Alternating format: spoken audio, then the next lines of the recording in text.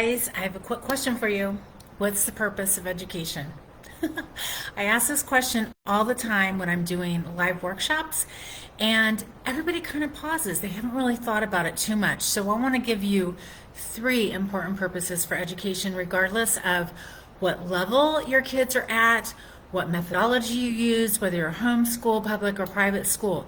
This is across the board, particularly as we are in the fourth industrial revolution. You've heard me talk about this so much before. It is such an important concept to get a hold of because our kids are going to live and work in this world. David Ben-Gurion said it's not enough to be up to today, we have to be up to tomorrow, and it's a good thing to think about, especially as we're educating our kids. What is the fourth industrial revolution? It is the blurring of lines between physical, biological, and physical spheres. Now, this is the world of work and the world of education our kids are going to live in. I have an interesting stat for you. 85% of the jobs in 2030 haven't been invented yet. Let that sink in. So understanding the purpose of education is more important than ever before, because like every industrial revolution, some jobs are just going to go kaput and other industries and jobs are just going to come out of nowhere. I always ask this question when I'm live: when's the last time you used a Cartwright? Nobody even knows what a Cartwright was or is. Those are the people who make the wheels for a cart or a buggy. But once the automotive industry took the world by storm, guess what? Cartwright, that whole industry just went kaput, bottom up. And we're in another industrial revolution. This is going to happen, and we're seeing it already. So what are the three purposes of education? Number one, literacy. What do I mean by literacy? I don't mean functionally literate. Functionally literate means that your student or your kiddo can function at a fifth grade level. They can read at a fifth grade level, they can do math at a fifth grade level, but what I mean by literacy is that they are fully functionally literate. That means that they can read difficult works, that they can tell you what it says, that they can pull out the main plot and character and theme and those kind of things. They can read for information, they can synthesize and analyze information. These are important concepts that functionally literate people cannot do because they haven't gotten over the hump of sounding out words, or in a lot of cases they don't know how to sound out words, but they haven't gotten over the actual act of reading and getting to the point of reading for comprehension yet. So actual literacy, and I don't just mean language literacy, I mean numeric literacy as well. So by functionally language literate, I mean that they can read high school level books or beyond, both fiction and nonfiction. They can tell you what the point and the purpose of it is. They can do simple lit analysis. They can write really well. You can tell them to write an essay about a paperclip.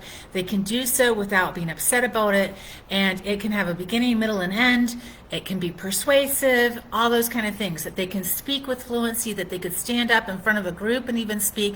And that seems like a lot, but honestly, focusing on language literacy, you can't go wrong with that. Also, numeric literacy. What do I mean by this? They know the math functions: addition, subtraction, multiplication, and division. They can do those by heart. Rote memory work. Anybody who says if you can Google it, you don't need to memorize it, doesn't understand the brain synthesis or education. It's bad educational pedagogy all the way around. Your kids need to have math functions memorized, because once they get to higher level math like algebra, if they don't have it memorized, they're going to just really struggle. Not because they're bad at algebra, not because they're bad at math, because they've missed the point of memorizing the math facts. And when you are doing 2 + 2 = 4, you can go 2, 4, and sing this song and all those kind of things. But when you have 2x + 4y - 7z over 4x times 3p, it's going to be a little bit more difficult for them to do the songs, right? And they're going to just struggle and be slow. And so memorizing those math facts is going to hold them in very, very good stead. They should also have a really good understanding of decimals, percents, and fractions, how to convert, go back and forth, all those kind of things. And honestly, numeric literacy means understanding algebra concepts and geometry concepts too. Have I used algebra today? Probably not. However, I have critically thought today. I have used abstract thinking today. And that's one of the beautiful benefits of understanding and learning algebra, is you're teaching your kids higher level thinking skills. You're teaching them to critically think. You're teaching them that abstract thinking is just a regular part of life. So if you gyp your kids out of algebra, you're gypping them out of higher level thinking, and you don't want to do that, because we're in the fourth industrial revolution, and the people who can think critically and creatively. They're going to be so far ahead of the game. By ahead of the game, meaning they'll get the jobs. They'll be able to afford things, right? So, number one purpose of education is literacy. If you are not sure what that means, send me a PM, leave a comment, let's have a talk about it. Where are your kids at? Now, a lot of people in the homeschool community particularly are really stressed about tests, and they feel like testing is a bad word. But here's the thing with testing. It's a diagnostic tool if it's used correctly. So if you're not sure where your kids are at, so that you can be clear about where they're going, get a test. We offer the Performance Series test at True North Homeschool Academy. It's a great diagnostic tool. We'll tell you where your kid's at by individual and grade level. You can pause it, retake it, and it gives course objectives. Use a diagnostic test and find out where your kid is at for their sake and yours. The second thing that is a great purpose of education that I think we all need to be super aware of, and a lot of public schools right now are not taking this seriously, and that is that we should be developing autodidacts through education. What is an autodidact? A self-learner. That's an autodidact, someone who can learn for themselves on their own without formal instruction, without a formal environment. That you have a kid who's like, I want to learn about wildflowers on the Great Plains, and they go after it and they find out about soil conditions and planting conditions and what flowers grow and what don't, how much water they need, and all those kind of things. Or somebody who says, I want to learn about how to fly a plane and I want to get my pilot's license, but my parents don't have the money for it. How am I going to go after it? And they go to the library and they find out all the information. They get a scholarship and they go after it. That is an autodidact, and we need to be really focused on helping our kids learn how to be self-learners, self-motivated. That goes to personal agency and everything. Now, a lot of schools, public schools and some private schools, they are giving every kid a laptop or a Chromebook or whatever, and they have one proctor in a class that's like 40 to 50 kids, and the kids are watching videos all day long. Passive learning doesn't help your kids learn creativity or critical thinking, and it also doesn't help your kids learn how to be an autodidact. Why is it so important that your kid is an autodidact? On average, our kids are going to have 13 jobs over the course of their lifetime. These could be 13 jobs in completely different fields of work and learning.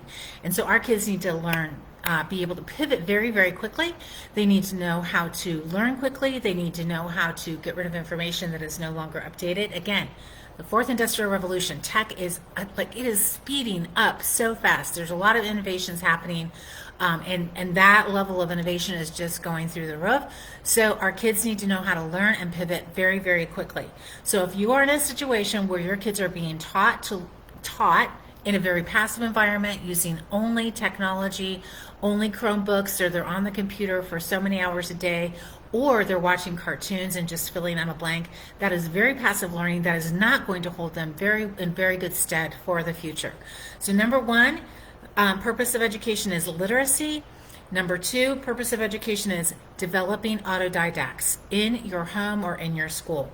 And number three, our kids desperately need soft skills.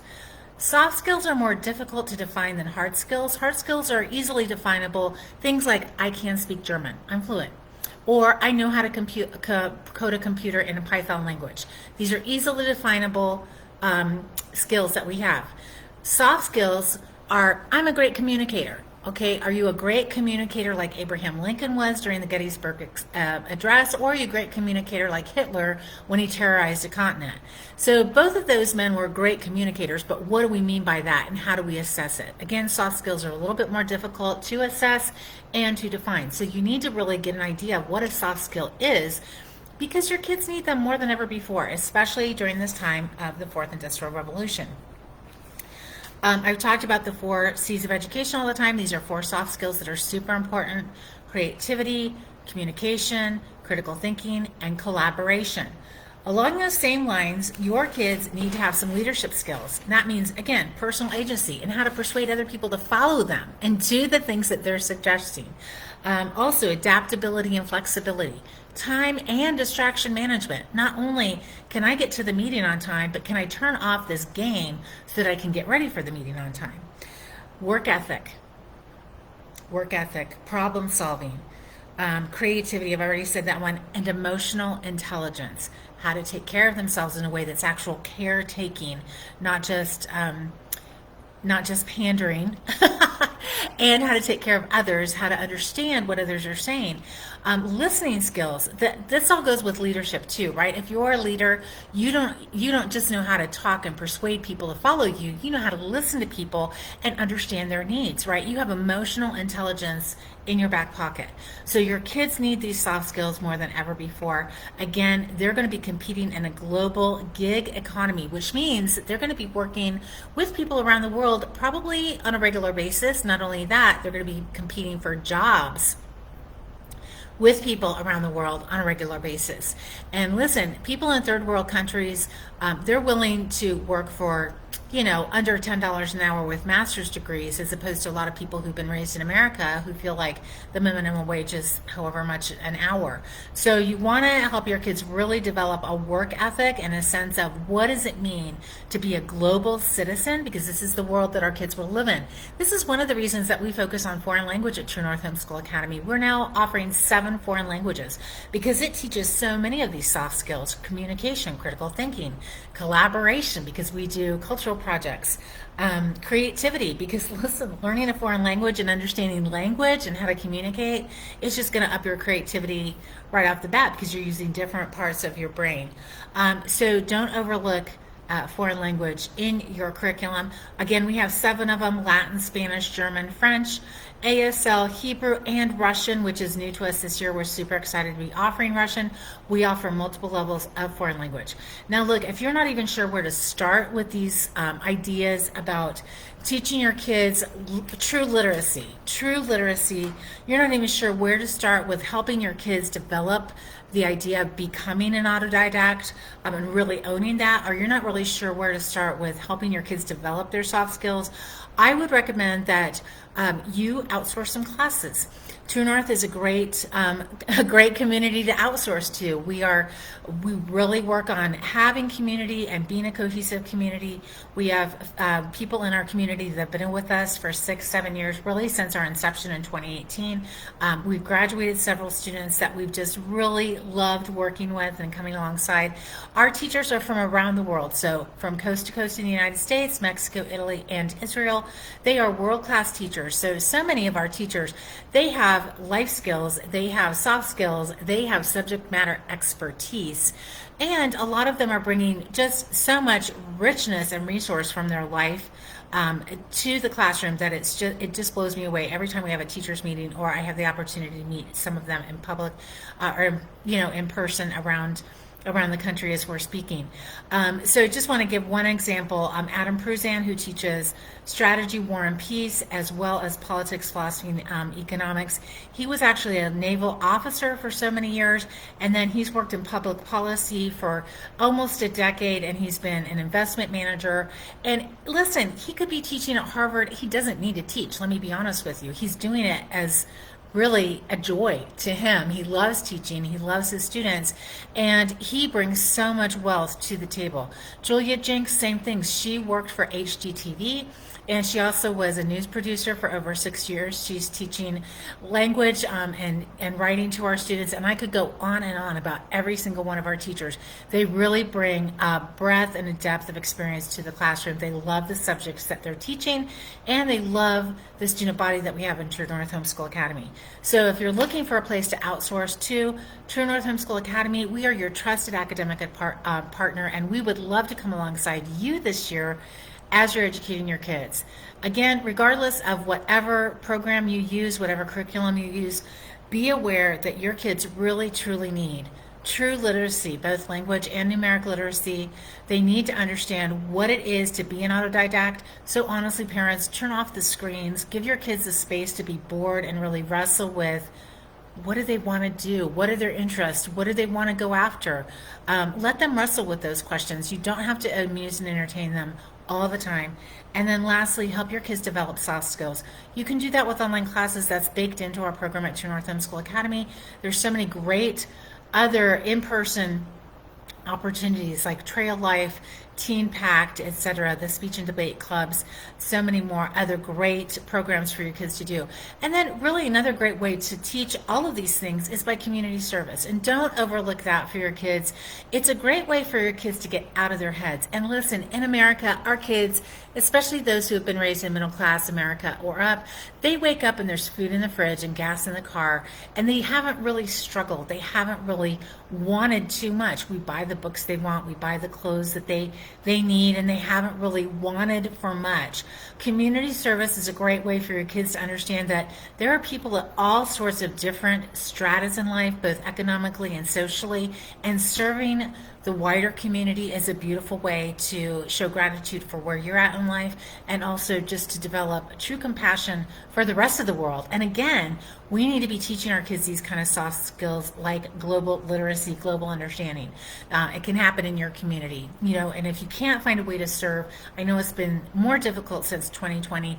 You can always write letters to servicemen and women, do coat drives, food drives, and etc. But if you're looking for ideas for community service, reach out to us because we'd love to help you brainstorm that too. As always, we have a free 2-year academic advising plan on the front page of the website at TrueNorthHomeschool.Academy. Just scroll down the front page and there's a quick form for you to fill out. We'll get that 2-year academic advising plan to you free. You can also sign up for a 15-minute free academic advising appointment. Again, that's on the front page of the website at TrueNorthHomeschool.Academy. Again, enrollment is open for fall. We'd love to have you join us for what is going to be an amazing year. We have so many great classes, and if you have any questions about it, we'd love to answer you. Have a great day, everybody. I hope this has been helpful. We will talk soon.